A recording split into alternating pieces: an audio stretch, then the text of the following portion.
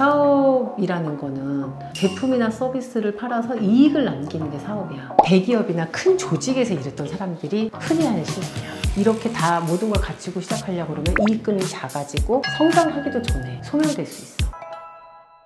세상을 와우하게 배세화입니다. 최근에 프리랜서를 시작으로 1인 기업가 그리고 사업을 하는 모든 분들이 사업 전반적인 부분에 대해서 궁금해 하시는 것들이 많은데요. 그래서 준비했습니다. 오늘 사업에 대한 전반적인 내용 시작해 볼게요. 대표님, 창업하게 된 계기가 어떻게 되세요?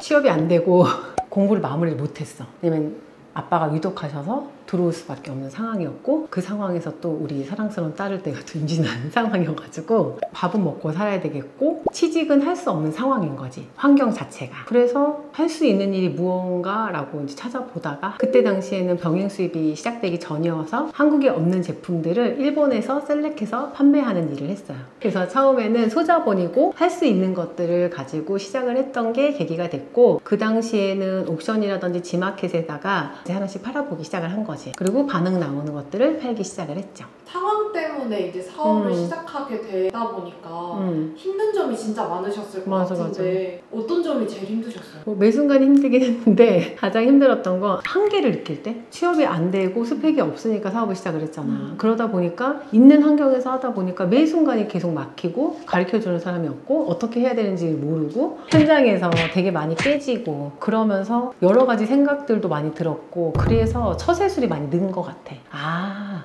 대표님들이 이렇게 얘기하시는구나. 아, 이런 거 싫어하시는구나. 아, 이런 거 좋아하시는구나. 그럼 내가 먼저 이런 거 해버려야지. 그러니까 여기서 바로 깨져서 그럼 그 다음 바로 적용. 이런 식이었기 때문에 차라리 이 미팅에서 이 거래가 성사되지 않아? 그럼 이분한테 할 수 있는 모든 질문을 해. 다음 미팅에서 안 깨지려고. 물어보고 싶은 거, 할 수 있는 거 다 해버려. 그럼 거기에서 피드백을 받으신 거예요? 그치. 그리고 다음에 실수 안 하면 되니까. 대표님은 처음부터 잘하시는 줄 알았어요. 그게 아니라 대표님도 정말 경험을 통해서 여기까지 오신 거네요. 당연하지. 태어나자마자 잘하는 사람이 어디 있어. 그리고 나도 근데 그때는 그렇게 생각했던 것 같아. 대표는 그냥 원래 대표이구나. 왜 있잖아, 어른. 그냥 어른으로 봤으니까 어른인 것 같지만 안 그래. 창업 초기에 절대 하면 안 되는 게 있어요? 착각? 어떤 착각들을 하냐면 자기가 좋아하는 거를 해. 이게 무슨 말이냐면 사업은 좋아하는 거 잘하겠죠? 라고 하고 사업을 시작을 해. 틀린 말은 아니야. 근데 여기서 무슨 착각을 하냐면 좋아 보이는 것하고 실제 좋은 거에 대한 구분이 없는 거야. 그러니까 내가 좋아하면 남이 좋아할 거라는 착각. 사실은 시장 조사를 하고 이 시장에서 원하는 거를 해야 되거든. 그러니까 예를 들어서 내가 화장품에 대해서 잘 알아. 화장품에 대한 카테고리를 사업을 하는 건 좋아. 그런데 내가 좋아하는 성향의 것만 선택해서 팔면 안 된다는 거지. 이 시장에서 지금 판매되고 있는 걸 데이터 조사를 하고, 그리고 판매되는 판매 채널에 대한 부분들도 조사를 하고, 이런 식으로 해서 이 시장을 알아가면서 적재적소에 맞는 걸 매칭을 해야 되는데, 그게 아니라 내가 이걸 좋아하고 내가 이거에 대해서 제일 많이 아니까 이거를 하면 잘할 거야 라는 착각. 두 번째, 투자만으로 경영을 하려고 그러면 안 돼. 투자금을 받아서 사업하겠다라는 거는 좋아. 누구든지 투자를 하고 싶을 정도의 메리트 있는 아이템을 가지고 시작하는 건 너무 좋은데, 이 투자금이 끊기면 그냥 리셋되는 사업을 하는 사람들이 많더라고. 사업이라는 거는 제품이나 서비스를 팔아서 이익을 남기는 게 사업이야. 그런데 이 모델 자체를 너무 막연하게 잡아놓고 계속 지원금만을 요구하고 계속 투자만을 요구하고 그러다가 정말 그게 끊기면 끝나는 사업. 비즈니스 모델이 안 나왔다는 거야. 그래서 이 부분에 대한 착각을 하는 사람들이 지속해서 사업을 못하고 남에 의해서 좌우지되는 경우가 많지. 세 번째는 모든 걸 다 갖추고 시작하려고 하는 거야. 대기업이나 큰 조직에서 일했던 사람들이 흔히 하는 실수야. 자기는 조직에서 시스템적으로 일을 해봤기 때문에 그 시스템을 갖추려고 해. 근데 처음에는 그 시스템이 그렇게 갖춰지는 게 아니거든. 그냥 일을 하면서 하나씩 구조를 잡아가는 건데 시스템을 갖춰놓고 일을 하려고 해. 그러다 보면 인건비가 많이 들어가지. 사람을 많이 뽑아야 되니까. 사람을 많이 뽑았으면 앉힐 자리가 필요하잖아. 집기가 필요하잖아. 그럼 비용이 더 추가가 돼. 세 번째, 그럼 임대료가 많이 나가게 돼 있어. 그러면 이제 헤비해지는 거야. 이렇게 다 모든 걸 갖추고 시작하려고 그러면 이익금이 작아지고 성장하기도 전에 소멸될 수 있어. 왜 큰 평수 살다가 작은 평수 못 가는 것처럼 크게 조직을 늘려놓고 시작을 하면 줄일 수가 없어. 하나씩 해 나가면서 구조가 잡히면서 사업의 형태가 잡히는 거거든. 그래서 처음에 다 그럴싸하게 모든 걸 갖추고 시작하려고 하기보다는 이 비즈니스를 하는데 진짜 필요한 사람만 있으면 비즈니스 시작할 수 있어. 그게 자본이나 다른 것들이 아니야. 물론 사업의 아이템에 따라서 좀 달라질 수 있어. 그런데 제일 중요한 건 이 사업에 필요한 인력만 갖추고도 바로 시작할 수 있지. 그래서 혼자 창업하는 것도 가능하다라는 거야. 내가 지금 알려주는 딱 3가지. 이 3가지만 주의하고 시작을 하면 큰 실수 없이 갈 수 있어. 그럼 사업이 잘 커갈 때 나 잘하고 있구나 라고 생각할 수 있는 지표가 있을까요? 약간 성장통처럼 아픔이 찾아올 때 아프면 잘 크고 있는 거예요? 아니 물론 창업 초기에도 아파. 근데 약간 성장통처럼 성장하고 있는 것 같기는 한데 되게 해결할 일이 많은 그 시기가 성장의 시기거든.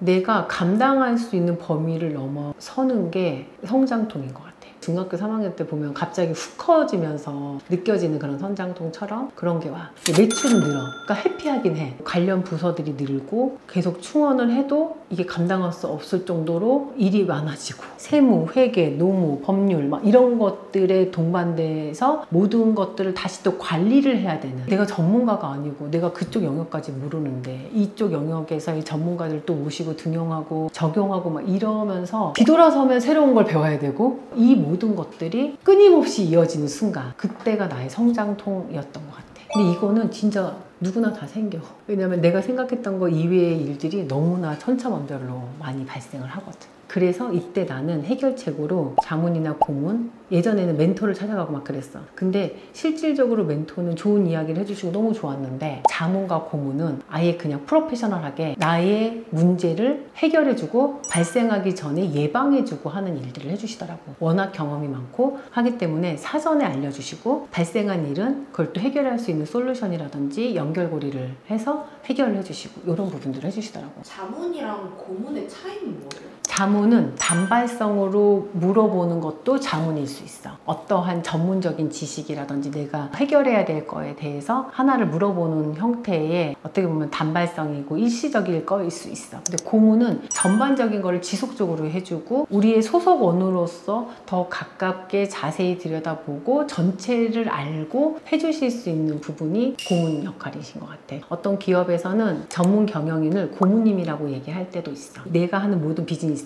브랜드에 대해서 전체적으로 아시는 분을 모시고 하는 거지. 그래서 왜 노희영 고문님이 많은 브랜드의 고문이시잖아. 그러니까 그거 생각하면 딱 맞겠네. 근데 또 노희영 고문님은 자문도 해줄 수 있지. 직접적으로 다 맡아서는 안 하시지만 물어보는 거에 대해서 경험이 있으시니까 하나씩 툭툭 자문해 주실 수도 있고. 근데 내가 모실 때의 마음가짐이나 페이나 업무의 영역 자체가 다른 거지. 사업은 혼자 못하니까 사람을 이렇게 뽑는 거잖아요. 그치. 사람을 뽑을 때 이건 꼭 봐야 된다라는 기준이 있을까요? 인성, 인물, 이 2가지 봐. 인성은 진짜 말 그대로 이 사람의 댐댐이, 이 사람의 성격, 이런 것들을 보고, 인물은 왜 보냐면 인물은 예쁘고 못생기고 이걸 보는 게 아니라 표정빨, 얼만큼 좋은 에너지를 서로 주고받으면서 일할 수 있는 태도를 가졌는지, 이런 것들을 좀 많이 주로 보는 편이고. 근데 능력만 보시는 대표님들도 계셔. 그 능력만 보는 직무가 있어. 혼자 해도 되는 직무. 뭐 개발자 영역 같은 경우도 그 개발자가 워낙 능력이 좋으면 혼자 할 수 있거든. 이런 부분들은 사실은 인성이나 이런 부분들이 그닥 중요하진 않아. 그 프로젝트만 명확하게 해서 주면 되니까 일에 대한 전문성만 있어도 되는데, 대부분의 일이라는 게 사람이 하는 일이야. 그리고 또 함께 하는 일이야. 함께 하는 일은 이 사람 때문에 출근하기 싫어, 이 사람 때문에 일하기 싫어, 이런 사람의 마음이 되게 많이 적용을 하거든. 아무리 능력이 좋아도 그 사람하고 함께 가려고 하는 사람이 없기 때문에 같이 교류하면서 무언가를 하고 싶은 사람을 뽑는 게 답이라는 거지. 대표님이 5번의 사업을 하면서 2번의 엑싯을 했다고 말씀해 주셨잖아요. 엑싯하기 위해서 반드시 해야 되는 준비가 있나요? 엑싯이라는 거는 이 사업을 그만하고 나가겠다는 얘기잖아. 그럼 이 비즈니스를 사가기 좋게, 내 입장에선 팔기 좋게 만드는 거지. 우리가 물건을 살 때 이게 정가가 정확하게 있고 내가 원하는 위치에 있어. 그러면 가서 페이하고 사면 되잖아. 이게 심플해. 근데 내가 사고 싶은데 이게 가격이 없어. 그럼 얼마냐고 물어봐야 되고 시세가 또 안 맞을 수도 있고 이렇잖아. 그래서 사가기 좋은 재무제표, 그리고 사가기 좋게 알려진 브랜드, 이런 것들이 돼 있어야 된다는 거지. 엑싯하면 일 안 하고 이제 놀기만 할 수 있는 거네요? 뭐 그럴 수도 있지. 근데 이게 엑싯이라고 해서 무조건 많은 돈을 받고 다 팔리는 건 아니거든. 엑싯이라는 거에 대해서 착각을 하는데, 엑싯은 그 말 그대로 출구 전략이야. 내가 투자한 자금을 회수하면서 이익 실현이 되면 그냥 그게 엑싯인 거야. 근데 막 요즘에는 사람들이 막 신문기사에서 나오면 막 엑싯 얼마 막 이렇게 하니까 되게 대단한 금액으로 해야 그게 엑싯. 그건 아니야. 어쨌든 투자 대비 이익을 실현하면 엑싯인 거야. 그래서 이 부분에 대해서 착각을 좀 안 했으면 좋겠는 거지. 저는 엑싯하면 무조건 좋을 줄 알았거든요. 무조건 좋을 수도 있지. 되게 어마무시한 돈을 막 내가 회수를 했어. 근데 그게 아니라고 하면 그냥 갑자기 백수가 되는 경우도 있어. 이게 이제 잡이 없어지는 거잖아. 엑싯을 했으니까. 출구로 나왔으니까. 약간 은퇴랑 엑싯이랑 다르잖아. 엑싯을 했다고 해서 은퇴한 것처럼 마냥 놀고 마시고 먹고 요 개념은 아니라는 거지. 아 그래요? 저는 엑싯이 은퇴라고 생각했던 것 같아요. 그래, 그렇게 사람들이 착각을 하니까 엑싯을 하면 아, 큰 돈을 벌었어, 은퇴, 끝, 막 이렇게 생각하는 거지. 엑싯에 대한 정의를 좀 잘 알아야 될 것 같아. 그냥 출구로 빠져나왔다, 이 사업을 그만했다, 이런 느낌으로 해석을 해야 되고, 대부분의 대표님들이 그렇게 해서 2, 3년 머리 식히고 건강 회복하고 자기가 하고 싶은 거 다 하고 막 여행이고 뭐고 사고 싶은 거고 뭐고 다 해봐. 그리고 결국에 다시 사업 시작해. 사람은 결국에 인정 욕구가 엄청 커. 그러니까 우리 SNS를 하더라도 좋아요 받아야 되고 하트 받아야 되고 막 이런 것처럼 사업도 자기가 성취를 해가면서 이뤘기 때문에 성장을 하면서 즐거웠던 거고 애식도 한 거거든. 결국에 그거 이상 도파민 돋는 게 없어. 다시 돌아와. 다시 사업해. 그럼 다시 사업 안 하는 사람들 뭐 하냐? 투자해. 내가 생각하는 진정한 엑싯은 내가 이 사업을 매각을 하더라도 내 주변에 얼마만큼 좋은 사람들이 남냐, 그리고 내 인생에서 남은 시간 동안에 더 그 사람들과 시너지 낼 수 있는 게 꼭 사업만은 아닐 수 있단 말이야. 그게 봉사일 수도 있고 뭐 엑셀레이터로 하면서 누군가의 사업을 도와주는 일일 수도 있고, 그러니까 그런 것들을 같이 함께 할 수 있는 사람들이 얼마큼 주변에 함께 있냐, 이게 되게 중요한 것 같아.